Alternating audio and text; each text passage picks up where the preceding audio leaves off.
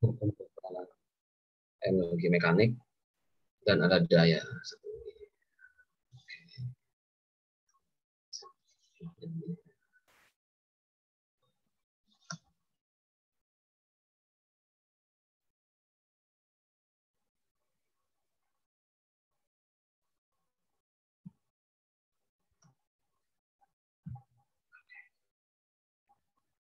Oke, kita mulai dengan definisi usaha.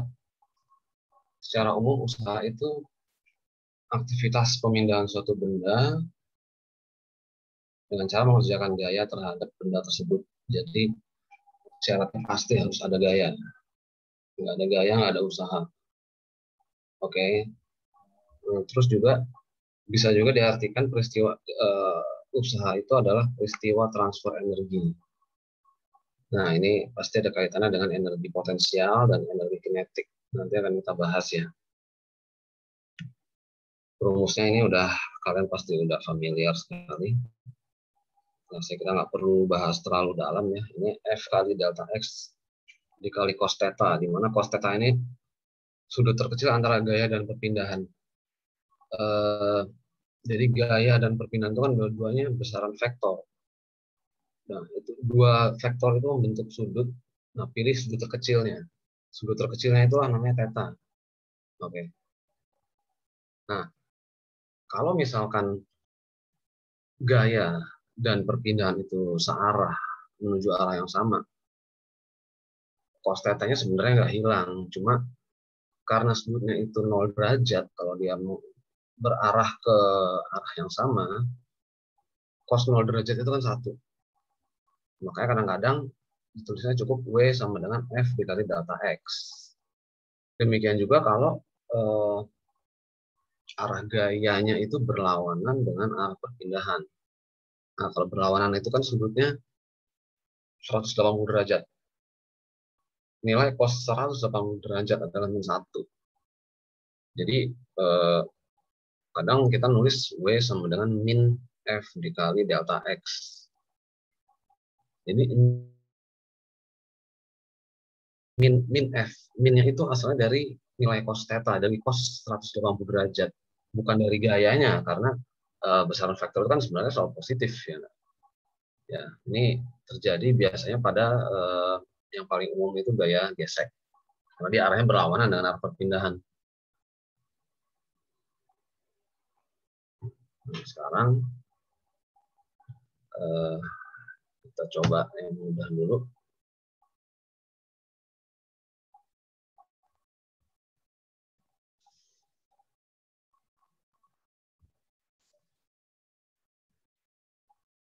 Ya.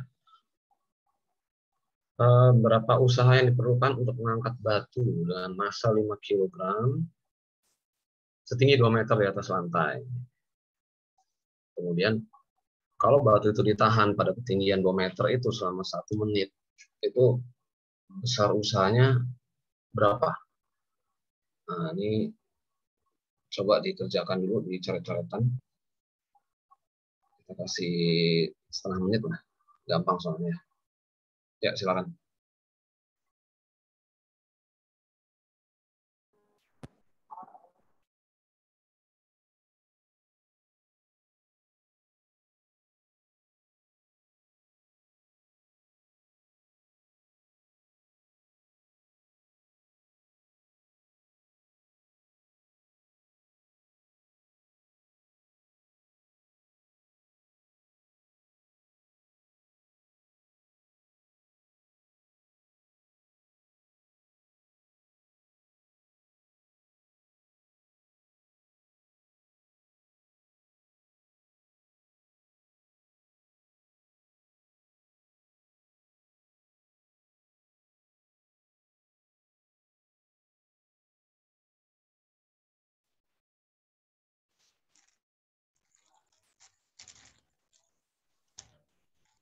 Udah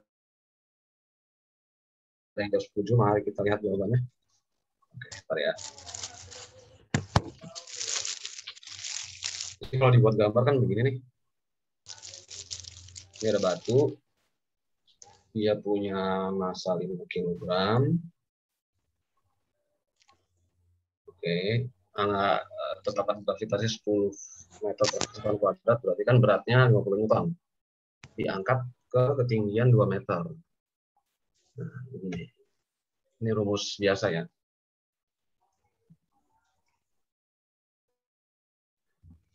Ini F-nya 50 Newton. Kenapa? Ini kita harus ingat dengan hukum Newton tentang gerak ya. Jadi kalau dia beratnya 50, maka untuk mengangkat si beban ini minimal harus ada gaya dengan besar yang sama, tapi dengan arah yang berlawanan tentunya. Jadi kalau kita memberikan gaya yang sama, dalam hal ini misalnya 50 Newton, itu maka batu akan bergerak lurus beraturan. Oke. Gitu. Maka besar F-nya yang berarah ke atas adalah 50, sama dengan berat si batunya. Delta S 2, oke. Cos-nya, oh sorry, ini salah nih. Oh iya benar, sorry. Ini kan yang ditanya usaha yang dilakukan oleh gaya angkat ya. Gaya angkat itu kan ke atas. Gaya angkat ke atas, perpindahannya juga ke atas. Berarti sudutnya adalah 0 derajat. Berarti cos 0 derajat. Hasilnya 100 Joule.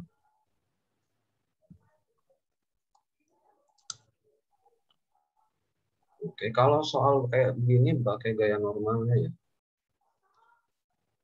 Pakai gaya beratnya. Ya, secara nggak langsung sama sih, secara besaran sama. Oke.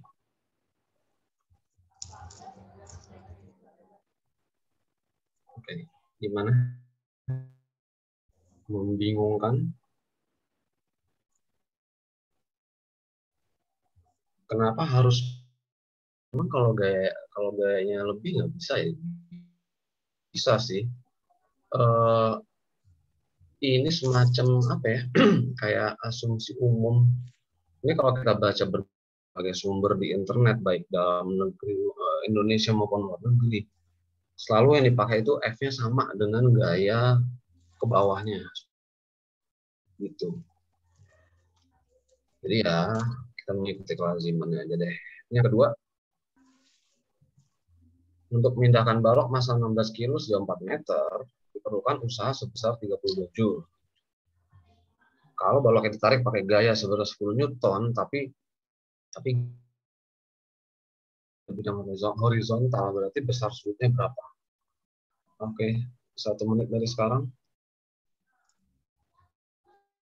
Kan?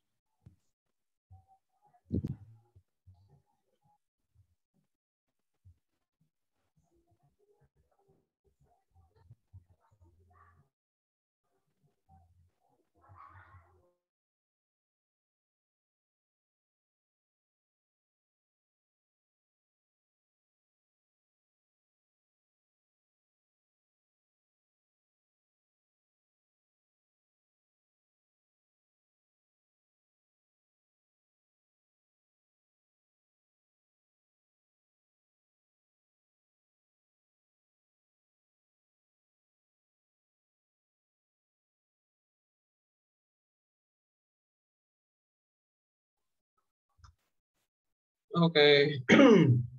Sebelum saya jawab, ini tadi ada yang kelupaan. Sorry ya, maaf.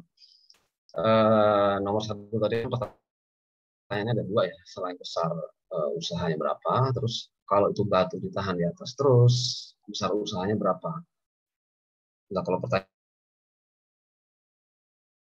Kita kalau menjawab tuh pasti berdasarkan rumus ya. Syarat terjadinya usaha itu selain ada gaya, juga ada apa namanya perpindahan.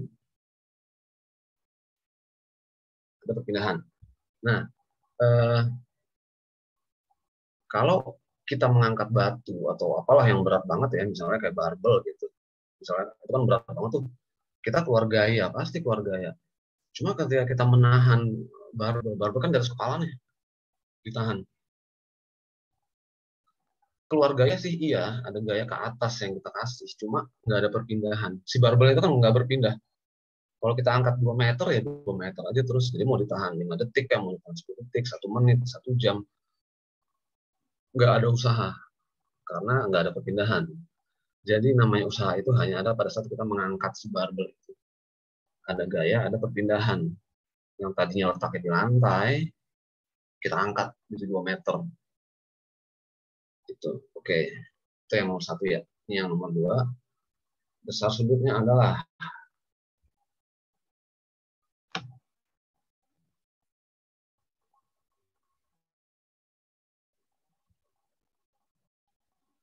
kembali ke rumus. Nah, ini yang dicari adalah tetanya. Jadi kita urusin yang cos theta ya. Oke, masukin angkanya 32 dibagi 10 dikali 4. Berarti 32 bagi 40 berarti 4/5. Sekarang berapakah tetanya? Nah, ini dia.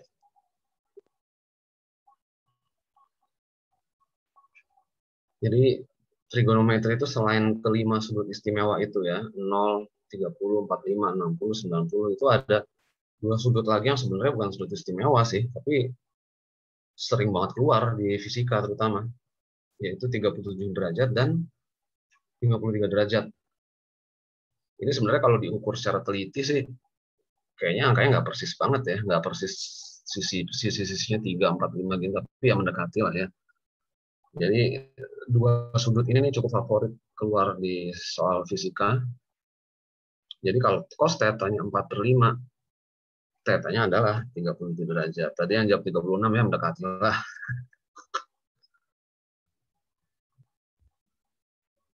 Ya.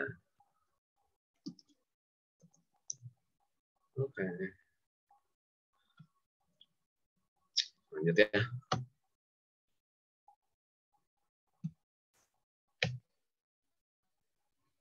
Menghitung usaha X gaya terhadap perpindahan.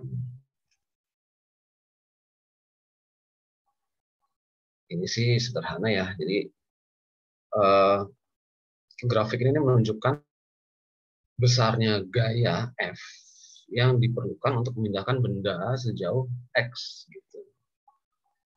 Nah, besar gaya itu adalah luas di bawah wilayah ini nih, di bawah kurva itu grafiknya. Di sini kan bentuknya trapesium nih. Jadi kalau mau ngitung besarnya usaha, tinggal hitung aja besarnya trapesium. Ya, lu rumus luas trapesium masih ingat kan, ini kita udah belajar dari zaman SD kalau nggak salah. Jumlah sisi sejajar dikali setengah tinggi. Ya, eh, sebenarnya bentuk apa namanya bentuk grafiknya nggak selalu beraturan begini ya. Kita kalau ngelihat di soal-soal latihan kan biasanya paling bentuknya persegi panjang, bujur sangkar, segitiga, trapesium. Tapi sebenarnya nggak bisa bergelombang, bisa segala macam lah. Itu hitungnya nanti pakai integral. Cuma itu kalau buat tingkat SMA sih saya belum pernah nemuin ya soal yang kayak gitu. Nah, jadi untuk sementara ini uh, ya udahlah, hitung los gini kan sederhana ya. Saya kayak nggak perlu berdalam banget untuk soal ini. Jadi kita lanjut aja ke uh, usaha yang dilakukan oleh beberapa gaya, karena kan uh, kenapa ada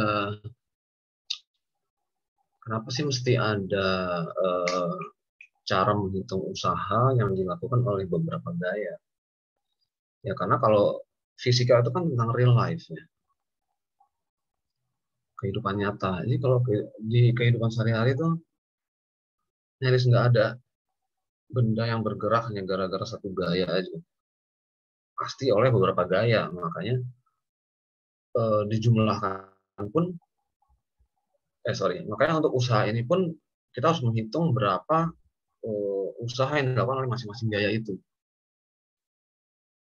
Kalau kita lihat ke rumusnya kan W sama dengan F dikali delta X ya, kali cos theta lah. Atau sederhananya F kali delta X. F itu besaran vektor, delta X itu besaran vektor juga, perpindahan. Nah, cuman ini operasi perkaliannya adalah perkalian titik nih. Perkalian titik, artinya apa namanya, apa sih istilahnya, dot product. Kalau dot product hasilnya adalah besaran skalar. Beda dengan kalau cross product, yang mana hasilnya adalah besaran vektor juga. Oleh karena itu usaha ini, W ini, dia adalah besaran skalar juga. Nah, kalau di besaran skalar, cara menjumlahkannya ya biasa. Aljabar biasa, W total adalah W1 plus W2 plus W3 dan seterusnya. Tergantung ada berapa gaya. Oke. Nah, contohnya begini. Sebenarnya ada cara lain juga. Ini ada dua cara sebenarnya sih, nggak harus satu-satu begini. Bisa juga dari sekian gaya ini dicari dulu resultannya berapa, dicari gaya tunggalnya berapa, baru gaya tunggalnya dikalikan, dimasukkan ke rumus, dikalikan dengan perpindahan. Oke. Nah, oke, ini silakan dicoba dulu. 1 menit. Ntar kita bahas ya.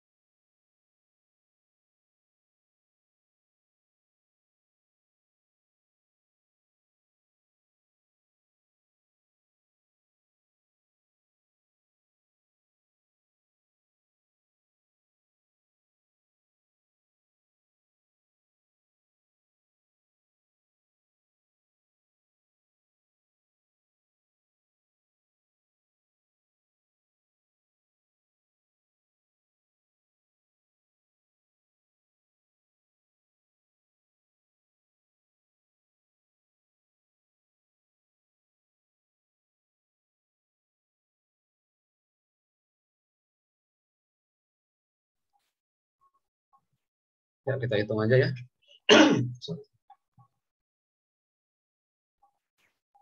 Oke. Ini saya terpaksa nyalek-nyalek banget di sini. Sorry kalau nggak kebaca ya.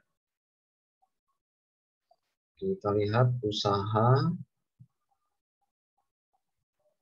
oleh gaya 1. Gaya 1 ini manusia itu. F1 dikali delta X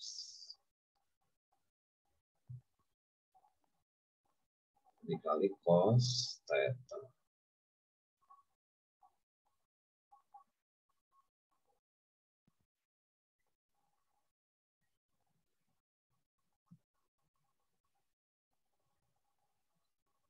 Oke, kita lihat F1-nya adalah 20 Newton.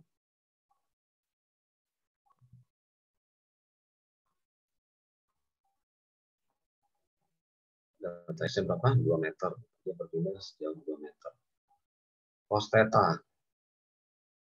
Ini kan F1 arahnya ke sini nih, tegak lurus terhadap bidang miring.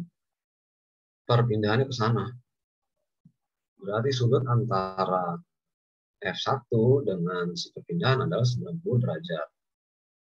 Cos 90 derajat adalah 0.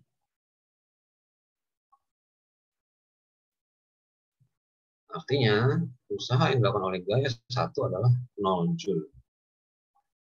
Ini juga bisa ditarik kesimpulan bahwa setiap gaya yang bekerja dengan arah tegak lurus terhadap perpindahan, itu gayanya 0.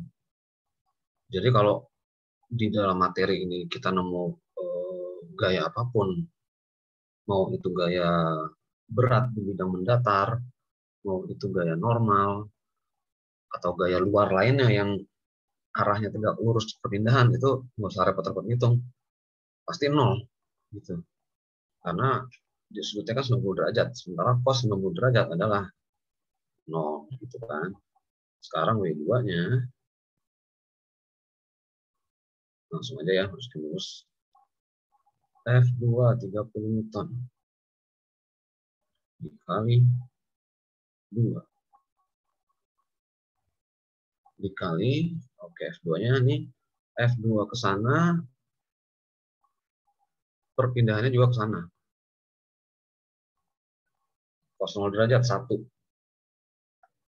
Berarti ini adalah 60 Joule. Sekarang W3.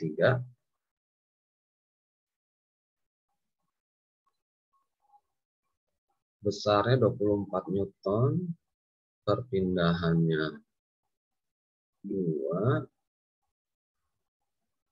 Sudutnya perhatikan. F3 arahnya ke sini, perpindahannya ke sana. Nah, berarti sudut antara si F3 dengan arah perpindahan adalah, ini kita bisa tarik garis bantu nih. Ini garis bantu ya. Mau gambar garis putus-putus agak susah nih. Ini kan 90 nih.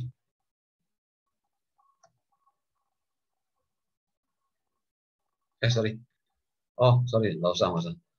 Ini udah ketahuan nih kan garis lurus nih. Dari apa namanya, sejajar perpindahan. Dia sudah membentuk 30 derajat, berarti sisanya adalah 150 derajat. Oke. Dikali cosnya adalah 150 derajat. 24 kali 2, 48.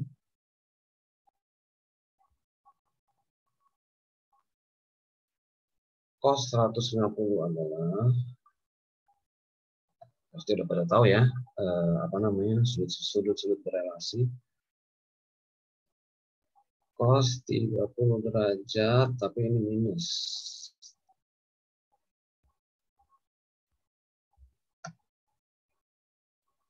Karena 150 derajat itu kan letaknya di kuadran 2. Sedangkan di kuadran 2 yang positif hanya sinus. Berarti 48 cos 30 adalah setengah akar 3.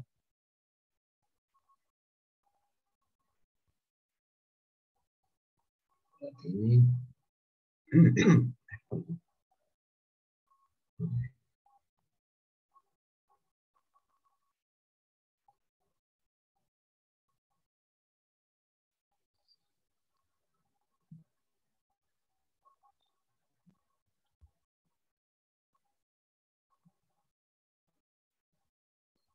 ini adalah 24 akar 3. W total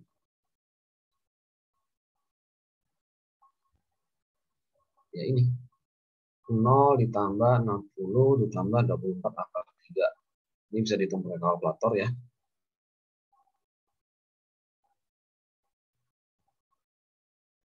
Akar 3 itu berapa ya? Seginilah hasilnya. Aduh, susah. Oke.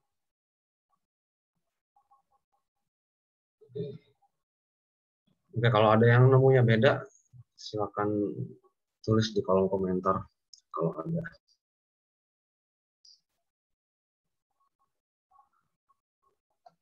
Oke ya, clear ya.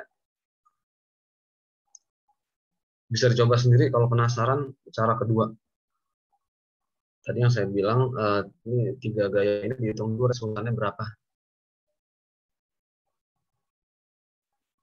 F1, F2, F3, resultannya berapa, kan dapat tuh gaya tunggal. Baru itu gaya tunggalnya dikali dengan delta X, 2 meter.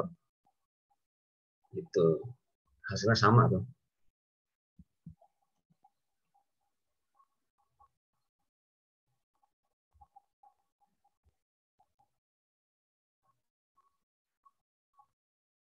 Kalau dijumlahin dari F-nya.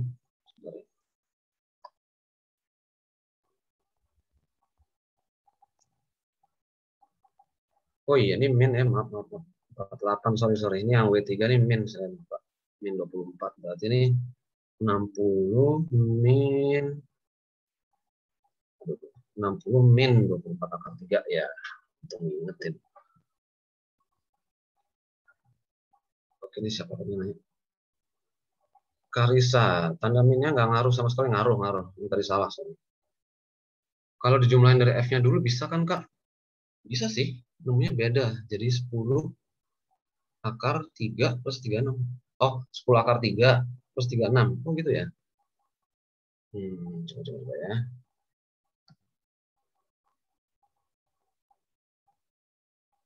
Coba hitung resultan.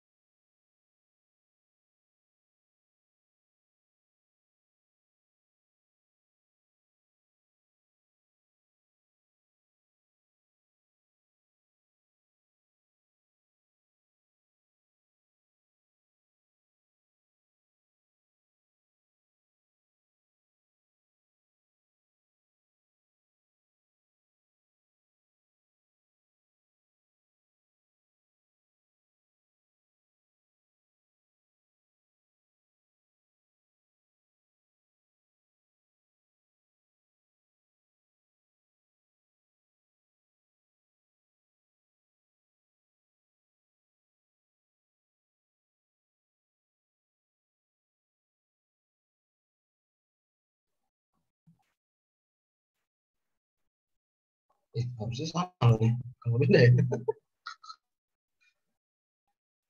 Kemarin udah nyoba-nyoba, hasilnya sama loh, serius. Coba nih ntar saya coba lagi. Ini sebenarnya sederhana sih. Mungkin saya nervous sekali. Ya, ntar saya coba ya. saya hitung lagi nih ya. Harusnya sama sih.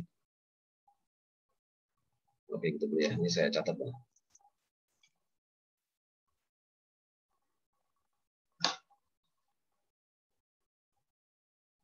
Oke, bentar ya, please. Saya kasih tahu hasilnya. Kita lanjut dulu.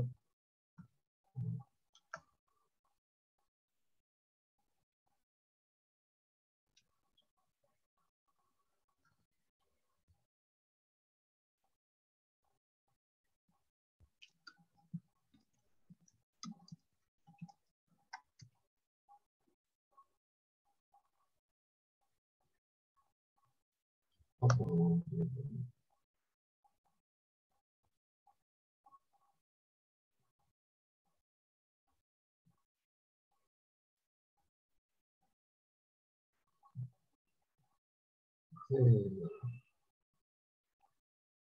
Oke, masuk ke energi kinetik.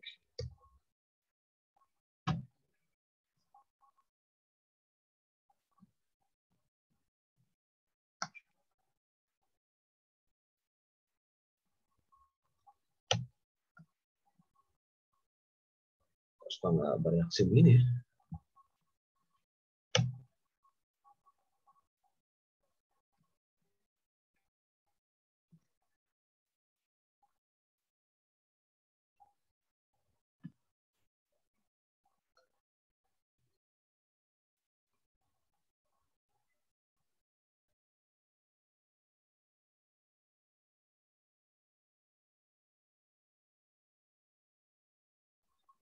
Oke, energi kinetik ini pengertiannya adalah energi yang dimiliki suatu benda karena geraknya atau karena kecepatannya. Karena kecepatannya artinya kalau ini benda diam saja, nggak bergerak, otomatis dia nggak punya energi kinetik. Nih,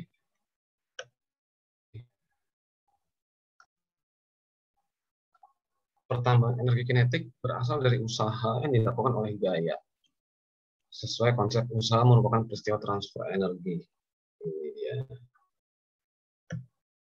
Nah, ini kita pengen tahu kan rumusnya dapat dari mana. Ya sebenarnya udah banyak ditulis sih. Pasti udah pada tahu juga kan. Rumusnya kan setengah mv kuadrat. Tapi dari mana itu rumusnya? Jadi gini, bayangin ada balok nih. Ini baloknya cuma satu ya. Dia tadinya diam, dalam keadaan diam. Nah, terus eh, kita kasih gaya konstan nih, F konstan. Karena F konstan, dia bergerak. Oke, dia bergerak, dia melewati posisi yang ditandain V2 di sini, dan besar perpindahan sampai posisi V2 adalah delta X. Nah, kalau kita memberikan gaya yang sifatnya konstan, artinya terjadi eh, gerak lurus berubah beraturan. Gitu. Kemudian juga ada percepatan kan, kalau ada gaya konstan timbul percepatan, artinya yang berlaku adalah hukum kedua Newton. Newton, ya. F sama dengan M kali A. Terus karena ada GLBB, kita pakai persamaan kecepatan nih, ceritanya begitu. Nah, kita pengen tahu delta X-nya itu berapa sih? Gitu kan.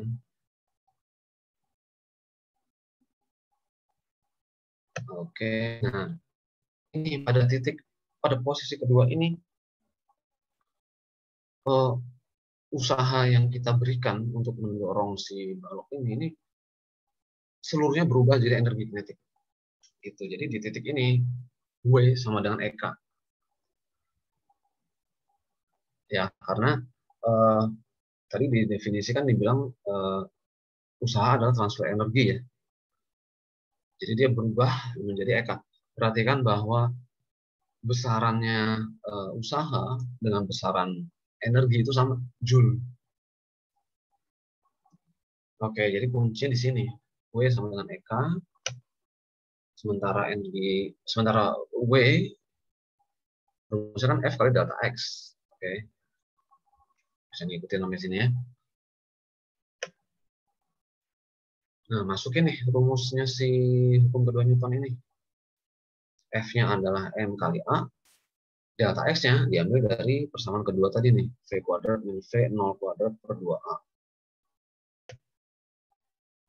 Kemudian angkanya kita masukin, ini ceritanya ada angkanya nih ya. V itu kan maksudnya kecepatan akhir di posisi kedua. Kalau kita lihat gambar ini V2. V0 itu posisi di awal. Berarti kalau dilihat di gambar ya V1. Oke. Nah, ini A-nya bisa dicoret, bisa di cancel. Dapatlah setengah MV2 kuadrat min setengah MV1 kuadrat.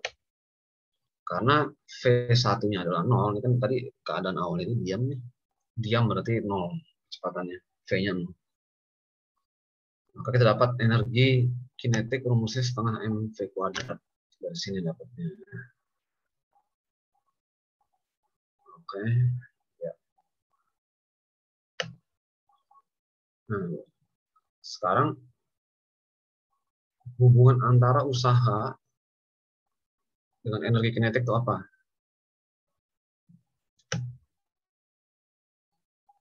Ini yang dinamakan teorema usaha energi. Energi di sini terbatas energi kinetik maksudnya ya, bukan energi potensial atau energi mekanik. Besarnya usaha yang dilakukan oleh gaya resultan yang bekerja pada suatu benda adalah sama dengan perubahan energi kinetik yang dialami benda tersebut. Oke, jadi ada 3 poin, ada 2 poin, sorry. Yang penting adalah gayanya itu harus gaya resultan, jadi bukan gaya individu. Cari gaya resultannya berapa, yang bekerja pada suatu benda. Nah, usaha yang dilakukan oleh si gaya resultan itulah yang sama dengan perubahan energi kinetiknya. Atau secara matematis, begini. Kalau ada delta, itu pasti akhir dikurang awal ya. Begitu delta EK, mau delta T, delta V, pasti akhir dikurangi awal. Oke. Ya. Penurunan rumusnya begini.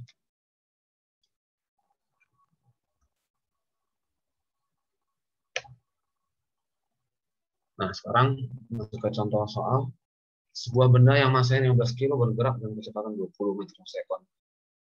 Kalau kecepatannya meningkat 2 kali lipat kecepatan semula, jadi usaha yang bekerja pada bendanya berapa?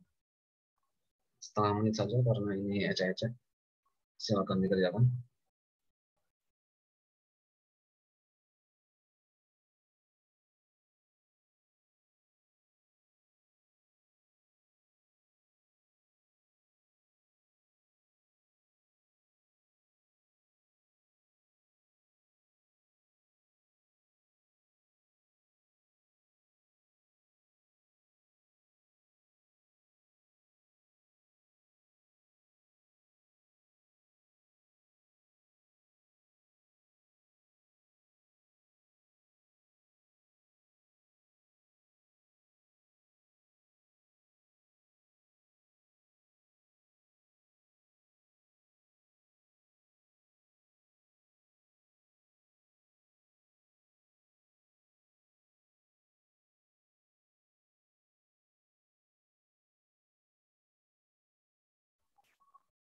Oke, 150 joule taruhannya.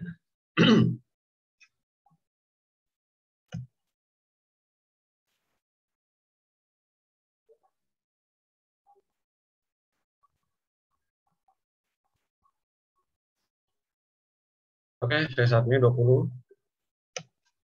V2-nya kan 2 kali lipat, berarti 40. Kita pakai rumus teorema usaha energi.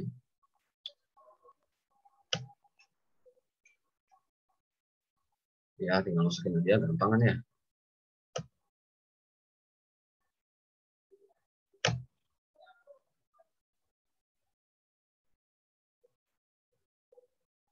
Oke, segini hasilnya.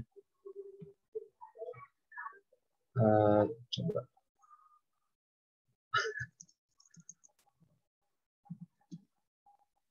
Nah, oke. Ya, sip ya.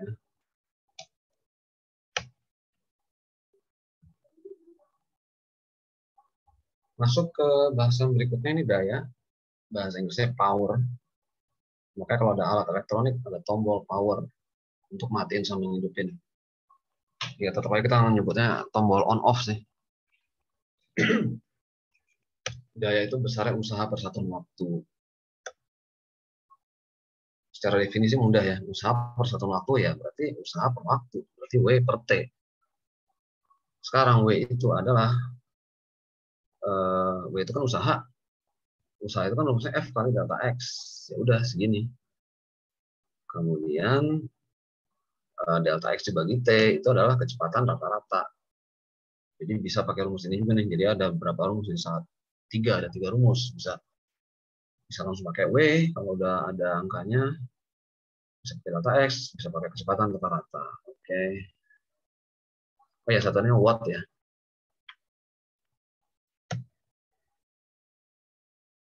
Ini, berapakah daya seseorang yang masanya 72 kg yang menaiki tangga setinggi 4 meter hanya dalam waktu 18 sekund? 4 meter 18 detik. Lama tuh ya. Silakan dihitung dulu.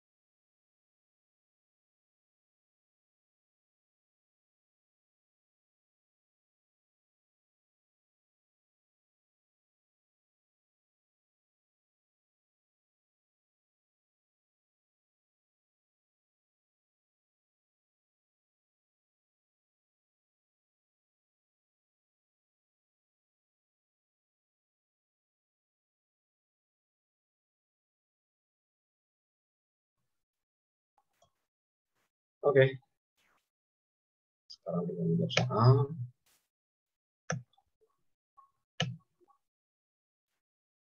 Gitu ya. Ini kan semuanya satuannya udah SI kan, sistem internasional, jadi nggak ada yang perlu dikonversi. 160 watt. Oke.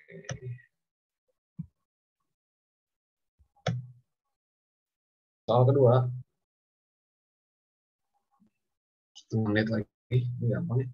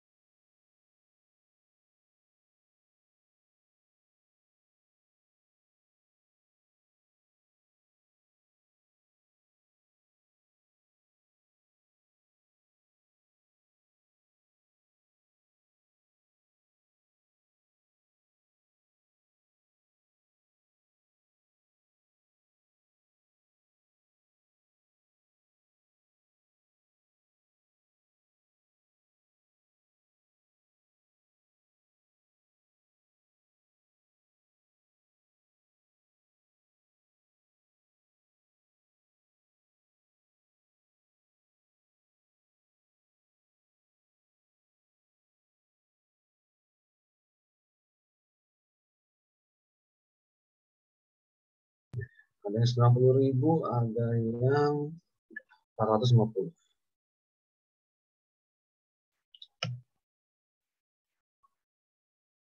W-nya ini kan kita belum tahu ya, jadi mesti nyari dulu nih. Nah, caranya adalah, ini kan kita lihat nih, jadi ada perubahan kecepatan dari 40 ke 100. Nah, ini kalau ada perubahan kecepatan ini patut dicurigai berlaku rumus energi kinetik. Jadi dalam hal ini kita bisa cari besarnya usaha pakai si teorema usaha ini tadi tuh. Nih, ingat juga satuannya kecepatan itu bukan kilometer per jam ya untuk SI, meter per sekon. Jadi eh, apa namanya, harus dikonversi dulu. Caranya begini, udah pada tahu lah ya, yang 100 km per jam juga. Oke, lanjut, baru dimasukin ke rumusnya.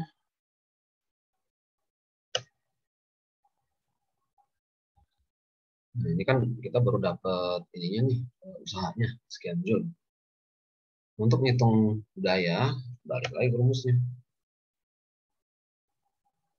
T8 sekon hasilnya 48.623 watt. Atau kalau di kilo ya, jadi 48,623 kilowatt. Coba, salahnya di mana tuh?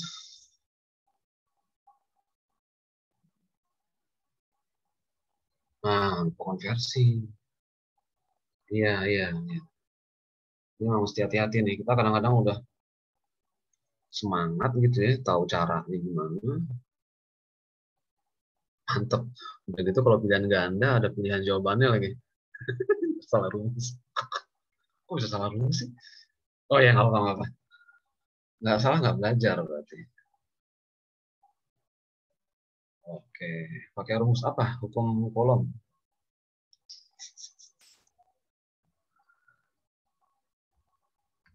Oke, gini ya. Sekarang kita lanjut aja. Sebelum masuk ke materi energi potensial sama energi mekanik, ini ada pendahuluan nih, namanya gaya konservatif. Ada gaya konservatif, tapi tidak ada gaya liberal. Beda dengan politik. Oke? Secara definisi, gaya konservatif itu adalah gaya yang kalau dia melakukan usaha terhadap sebuah benda dalam menempuh suatu lintasan tertutup, maka besar usahanya adalah nol. Baik ditinjau di awal lintasan maupun di akhir lintasan. Sebenarnya kata kuncinya itu lintasan tertutup ya. Lintasan tertutup itu istilah lainnya kan loop, ya muter-muter aja, mau bentuknya kotak kayak, mau bentuknya lingkaran kayak, bentuknya nggak beraturan, pokoknya ujung start itu ketemu lagi sama ujung finish, itu namanya lintasan tertutup. Kalau lintasan yang nggak tertutup gimana ya, beda pasti besar usahanya. Contohnya gaya konservatif itu adalah gaya berat, atau biasa kadang-kadang disebut juga gaya gravitasi konstan kalau mau repot.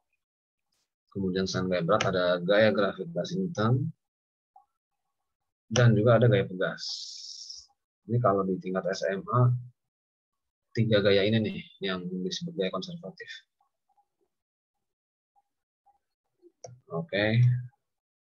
Sekarang kalau pengen tahu lebih jelas maksudnya, eh, tadi kan definisinya ada bingung ya. Ini sekarang kita kasih contoh. Ini lintasan tertutupnya berupa segitiga nih. A ke B, C balik ke A lagi. Ada balok, baloknya cuma satu ya, bukan tiga. Masnya 10 kilo, jarak dari AB ke BC ke CA 5 meter. Ini berarti segitiga sama sisi. Kalau segitiga sama sisi berarti tiga sudutnya kan 60 derajat ya.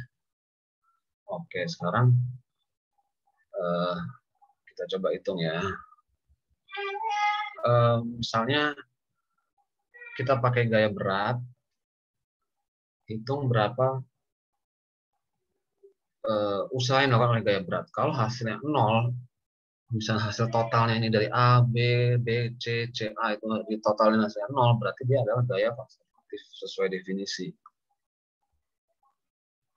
Lintasan AB. Oke. W cons itu maksudnya usaha, W itu usaha ya. Cons indeks cons itu maksudnya usaha oleh gaya gravitasi konstan.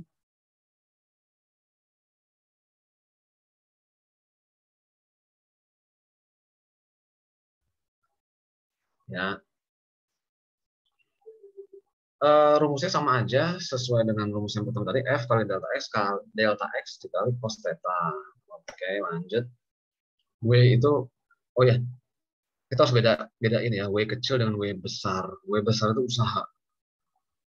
Ini besar kecil diperhatikan nih. W kecil artinya gaya berat yang udah kita kenal sejak kelas 10. Rumusnya M kali G. Nah, sekarang kita masukin angkanya. M-nya 10, tetapkan gravitasi 10, cos 150 adalah sekian, hasilnya adalah usaha yang dilakukan oleh gaya berat atau oleh gaya gravitasi konstan adalah min 250 akar 3 Joule. Itu untuk lintasan AB. Sekarang untuk lintasan BC. Nah, hati-hati nilai sudutnya adalah cos 30 derajat ya. Sudut yang dibentuk antara gaya berat dengan arah perpindahan ini 30 derajat. Jadi jangan salah bikin perhitungan sudut. Nah, hasilnya adalah usaha sepanjang lintasan BC adalah 250 akar 3. Sekarang satu lagi nih, lintasan CA.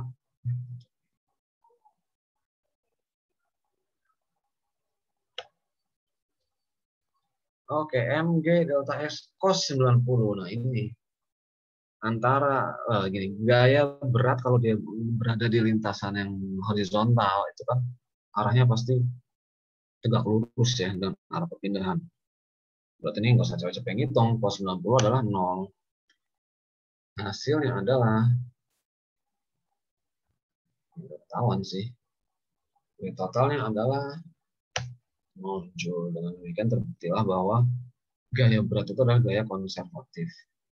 Ini kalau dicoba sama gaya di luar 3 gaya itu ya, misalnya gaya gesek yang paling sering, hasilnya nggak 0. Dia bertambah terus. Dia mulai muncul di lintasan AB, muncul lagi di lintasan BC, muncul lagi di lintasan CA. Dan itu hasilnya nggak 0. Makanya dia disebut gaya tidak konservatif. Gitu. Oke. Ini usaha oleh gaya berat. Oke. Ini sebenarnya sih turunan dari rumus ya. Sama aja. Dan ini juga sudah kalian pasti sudah pada tahu. Nah, ini. 3 gaya ini aja nih. Gaya berat, gravitasi Newton, gaya pegas. Bahkan kalau mau main statistik sih yang paling sering itu ya gaya berat sama gaya pegas ya. Kalau gravitasi Newton agak jarang sebenarnya sih. Cuma ya tetap perlu dipelajari. Oke, ini sekarang latihan lagi. Ya, 1 menit lah ya. Boleh dicoba. Silakan.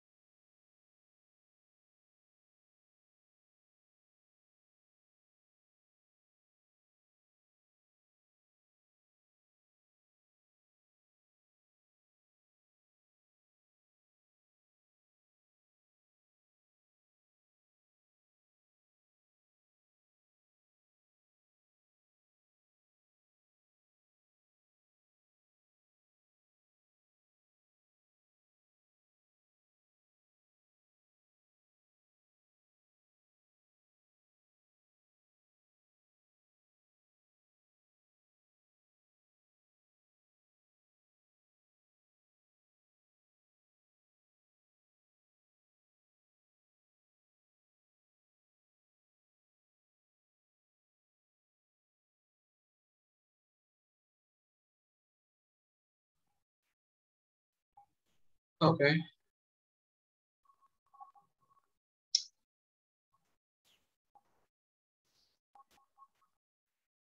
Serunya fisika itu, atau susahnya ya bisa dibilang juga, itu adalah ya kita belajar satu materi nih, usaha energi, cuma soal yang diujikan itu seringnya gabungan gitu, nggak cuma usaha energi tok. Jadi kayak misalnya kayak gini, ini kan ada unsur GLBB-nya ya, berbau GLBB nih, berlebarkan vertikal. Oke, karena yang ditanya adalah massa. Ada apa nih, usaha yang dikerjakan gaya berat. Nah ini, oke, berarti pakai rumus ini ya. Ingat delta H itu tinggi akhir dikurangi tinggi awal. Nah sekarang masanya, kita kan nyari massa nih, tinggal diolah aja rumusnya.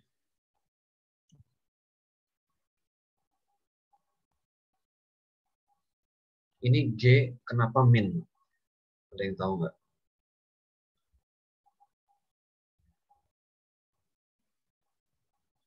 Ya karena dia berlawanan dengan arah gerak benda. Bola kan dilempar ke atas nih, sementara arahnya percepatan gravitasi itu selalu ke bawah. Makanya dikasih tanda minus. Oke. Nah, ini. Kadang-kadang yang ditanyakan bisa aja berapa usaha yang dilakukan pada saat bola mencapai ketinggian maksimum. Nah itu, ketinggian maksimumnya itu harus cari dulu pakai rumus GLBB. Pakai apa? V kuadrat sama dengan V0 kuadrat plus 2 AS. S-nya itu yang mencari dulu.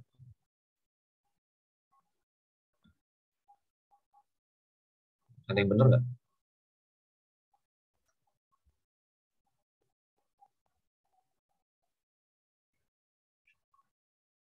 Oke, lanjut ya.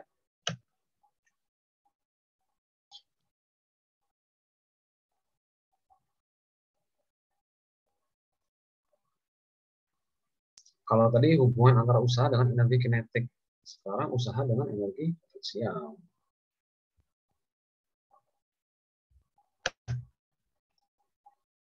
Kita udah pada tahu ya, energi potensial ini energi yang dimiliki benda karena letaknya atau posisinya.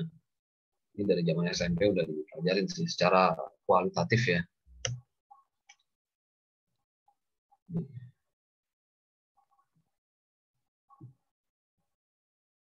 Nah, ini WK ini adalah usaha yang dilakukan oleh gaya konservatif.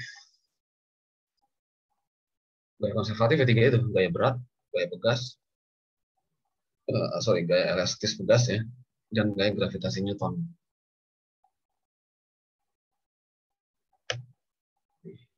Bisa begini.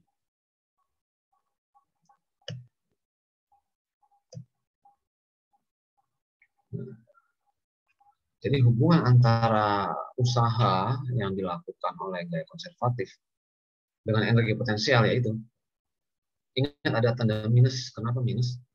Karena sifatnya gaya konservatif itu selalu mengurangi besarnya energi potensial. Makanya dikasih tanda minus. Oke. Nah, ini rumus-rumusnya tetap dengan ketiga gaya ini. Nggak boleh pindah. Oke. Nah, ini adalah contoh soal panjang pegas dengan tetapan K sebesar 500 Newton per meter diregangkan dengan energi potensial sebesar sekian. Panjang itu bertambah berapa? Nah, ini kita pakai rumus ini. Setengah KS kuadrat, berarti yang dicari adalah regangannya. Regangan ini kan X-nya nih. Atau delta X boleh. Nah, kemudian nanti ya udah ini tinggal ngikutin aja, jangan lupa diakarkan karena ini x kuadrat ya. Kadang-kadang kita lupa karena udah terlalu excited. Oke, ini jelas ya. Nah, sekarang kita masuk ke hukum kekekalan energi mekanik.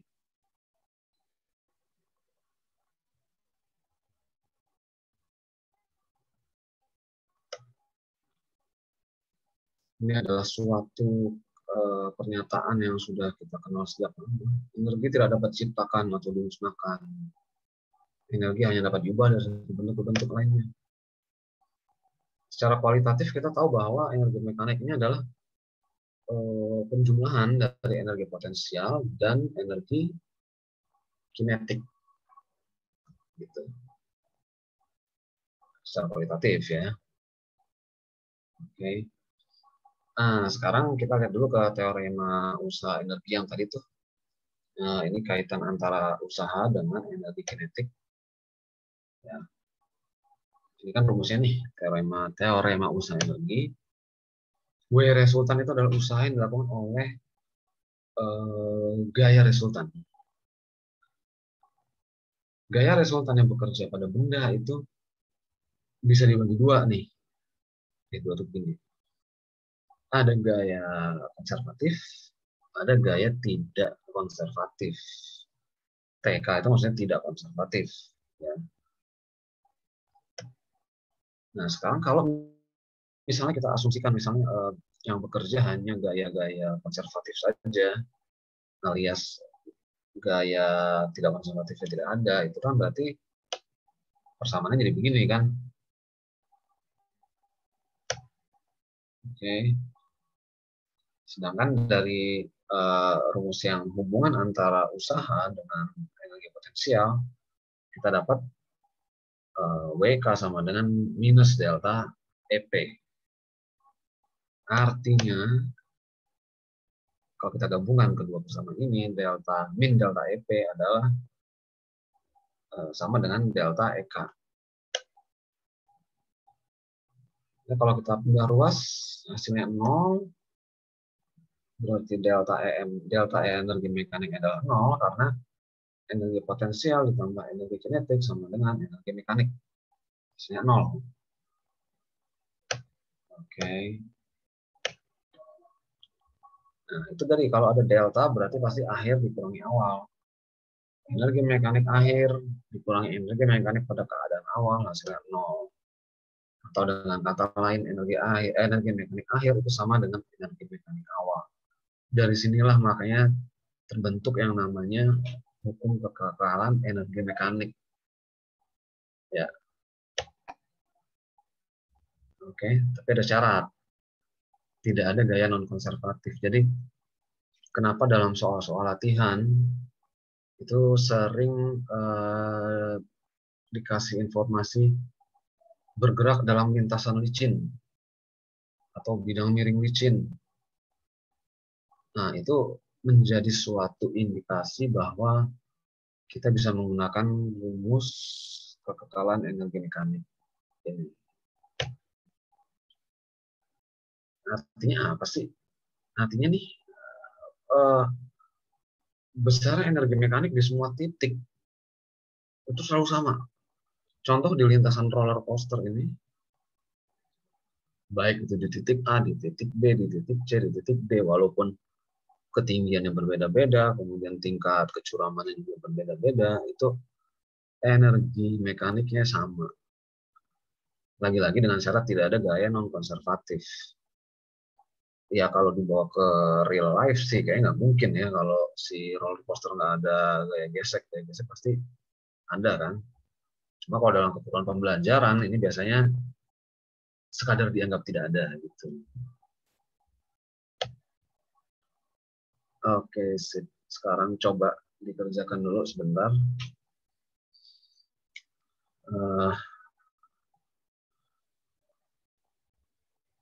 Ya, saya kasih 1 menit ya.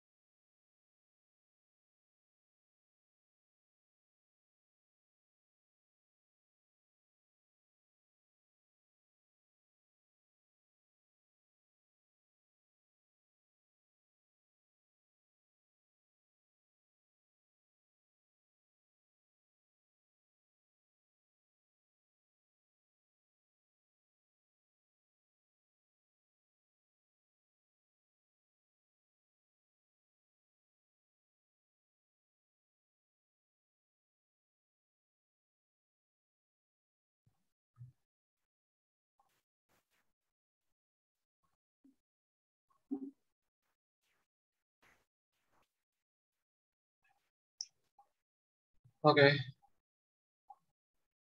mari kita coba lihat.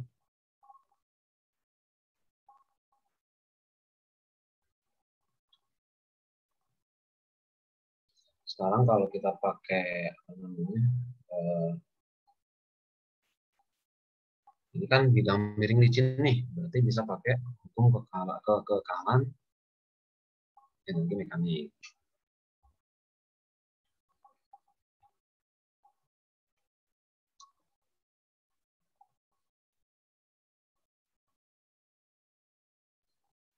Bentar ya, ada pesan.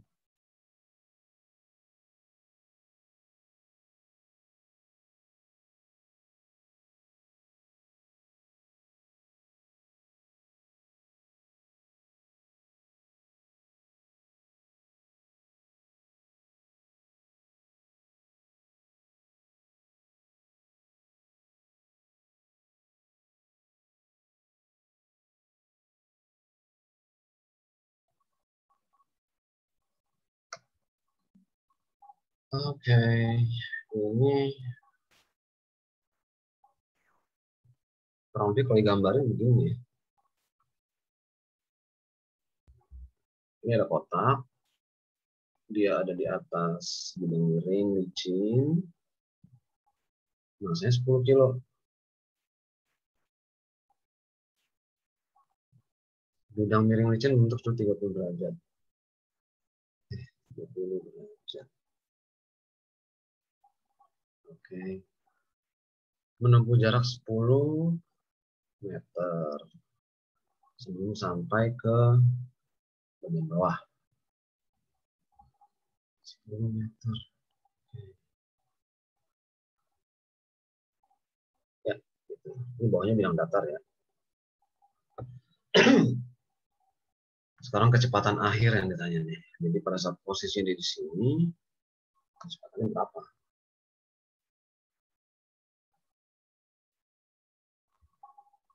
Gitu.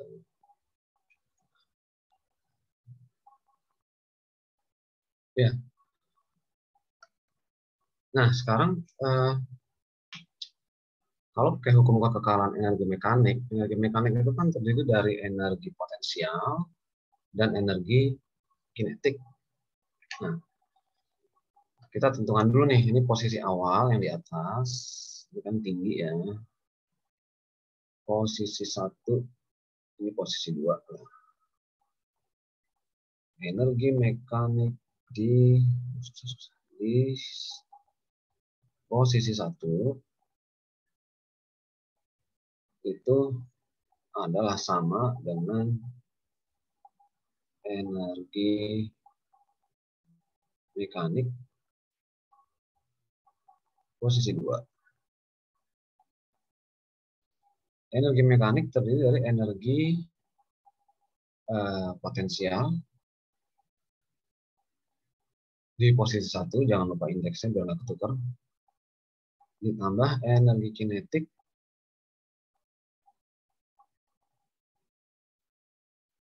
di posisi 1 juga, sama dengan energi potensial di titik 2 tambah energi kinetik di titik 2.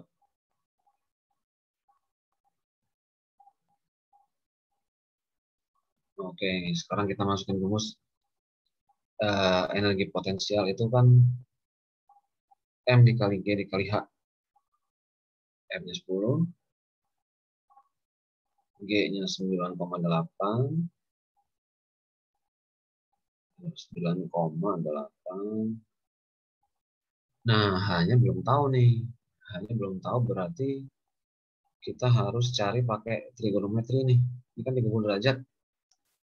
Ini H ya. Nah, yang kita belum tahu. Ini sisi di hadapan sudut berarti sinus. Sinus 30 adalah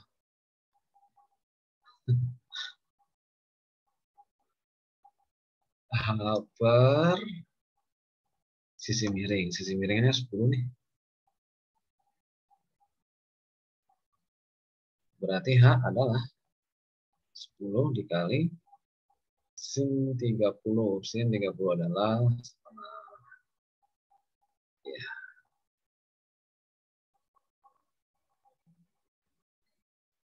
Berarti ini 5 meter. So, balik rumus 10 dikali 9,8 dikali 5. Ini rumus energi potensial M dikali G dikali H. Plus energi kinetik itu setengah MV kuadrat. Pada posisi 1, V-nya adalah 0 karena dia diam nih. Otomatis setengah dikali M dikali 0, 0. Nah, kemudian di posisi kedua, energi potensial M dikali G dikali H, H-nya adalah 0 di sini kan, karena dia sudah mencapai dasar. Otomatis energi potensial di titik 2 adalah 0. Nah, sekarang yang ditanya adalah kecepatan kotak pada akhir bidang miring. Setengah, energi kinetik kan setengah mv kuadrat ya. Masanya 10. V kuadratnya ini yang dicari. Oke, berapa ini? 98 dikali 5.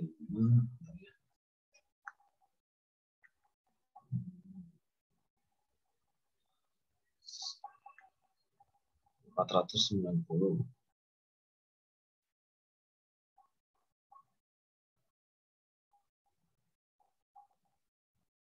Kemudian ini 5V kuadrat ya.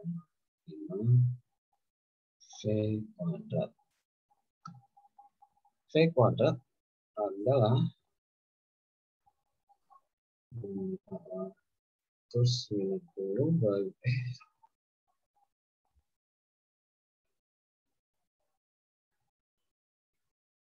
98.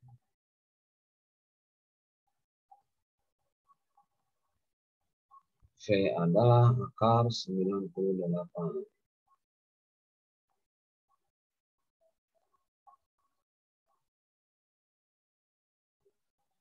Akar 98 itu adalah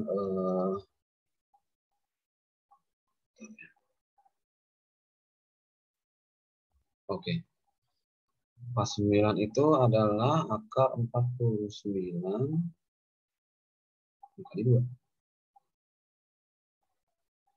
Yang artinya 7 akar 2 meter per second. Oke. Oke. Kalau Anda yang hasilnya beda, silakan laporan atau mau nulis di kolom komentar kalau ada.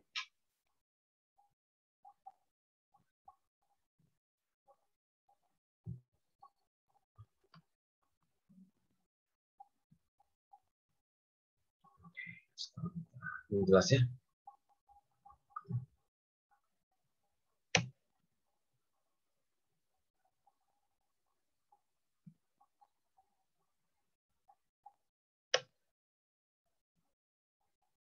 Nah, ini juga.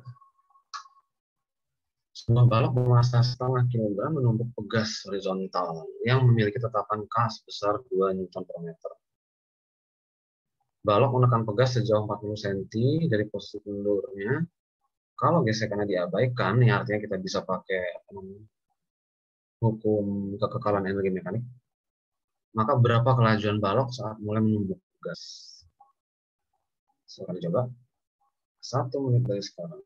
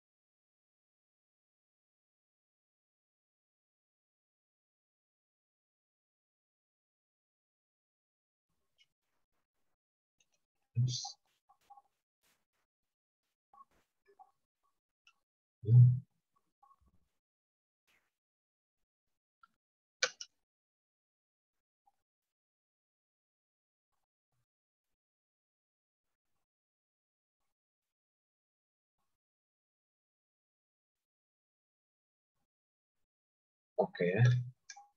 Ini jadi kalau digambarkan secara sederhana begini sih. Ini kan dia horizontal ya, begini. Kemudian ini ada balok. Nah, ini dia ini masih pada posisi kendur, menekan pegas dan menurunkan. Oke, jadi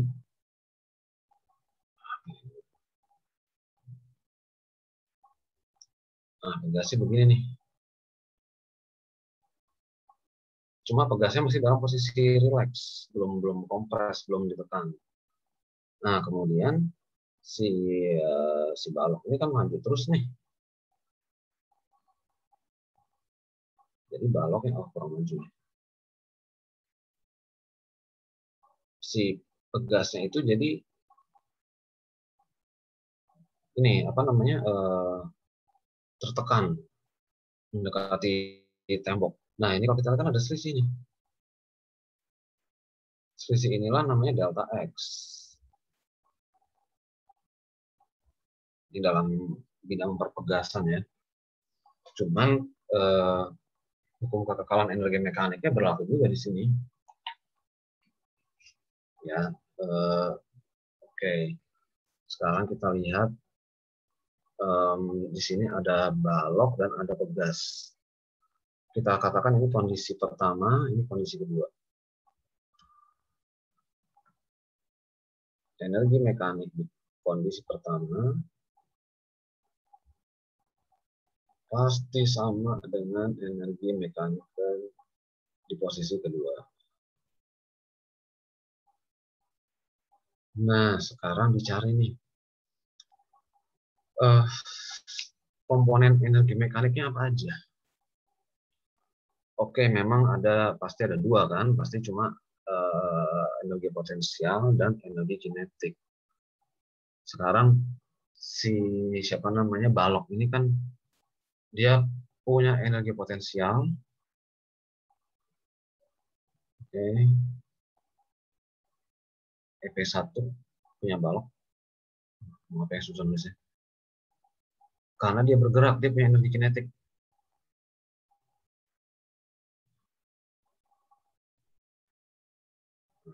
Punya balok di posisi 1. Si pegas hanya punya energi potensial. Karena dia nggak bergerak.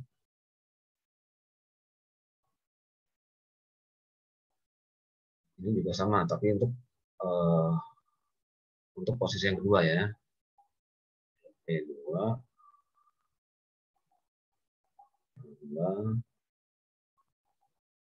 EK2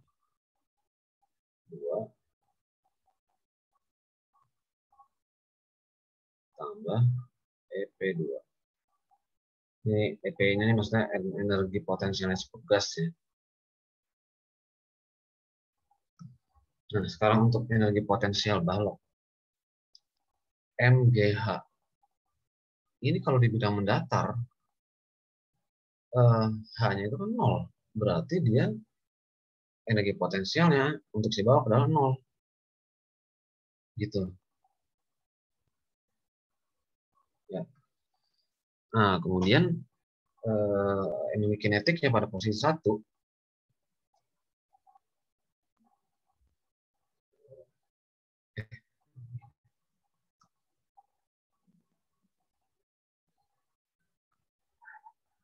Sebentar ya.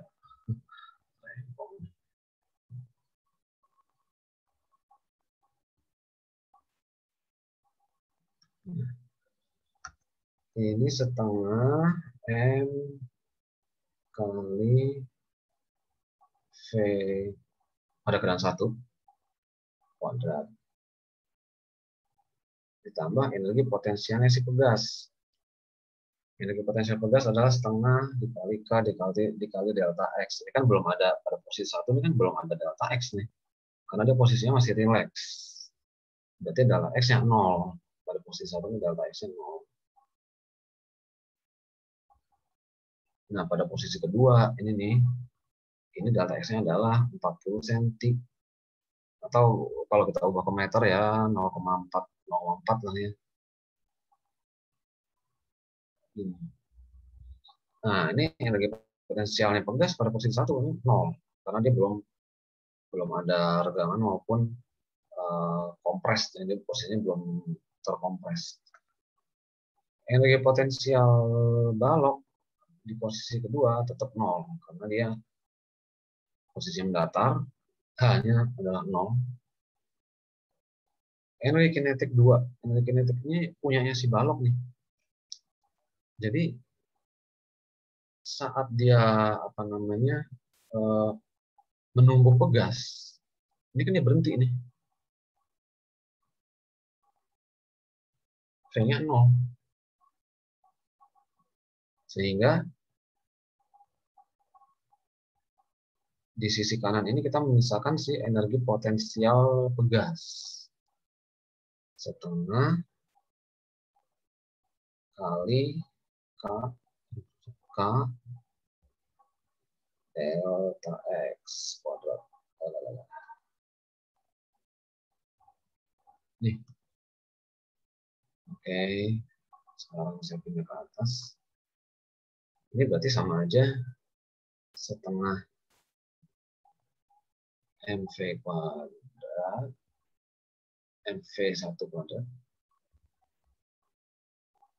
sama dengan setengah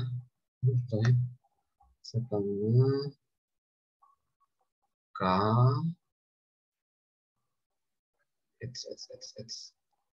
delta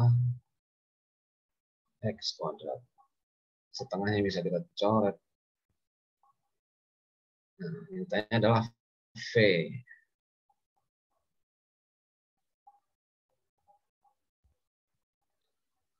Adalah K delta X kuadrat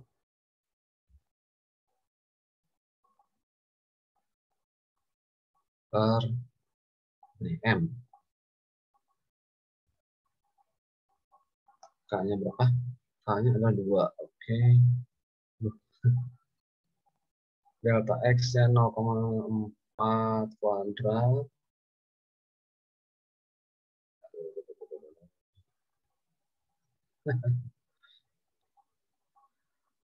Bagi massa adalah 0,5.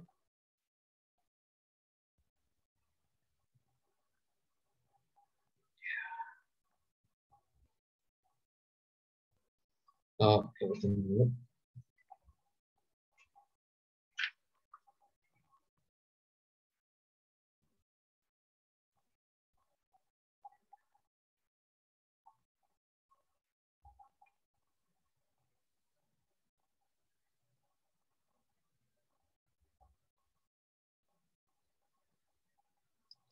Nol koma enam empat.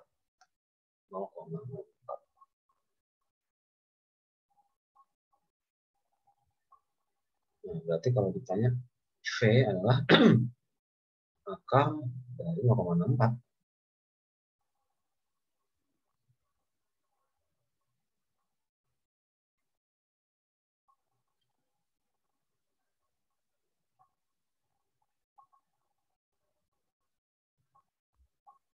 Nol koma delapan meter per sekon.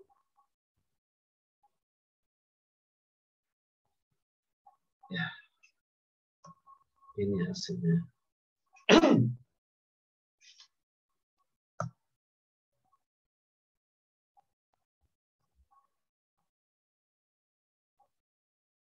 Ya, gimana, ada yang kurang jelas?